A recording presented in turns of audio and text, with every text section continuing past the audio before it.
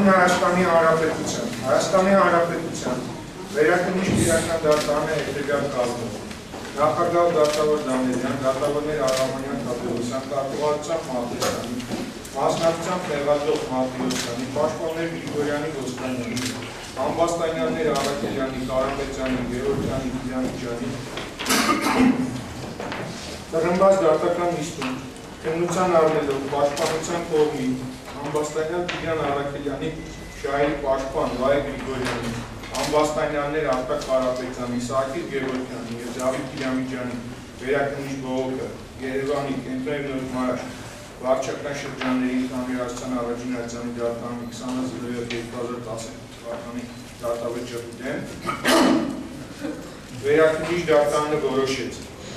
Տիգրան Արաքելյանի նկատմամբ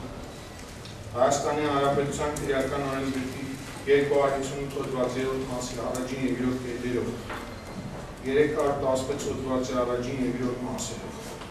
Արտակ Կարապետյանի նկատմամբ 258 հոդվածի երրորդ մասի առաջին և երրորդ կետերով 316 հոդվածի առաջին մասով Սարգիս Ռուբենի Գևորգյանի նկատմամբ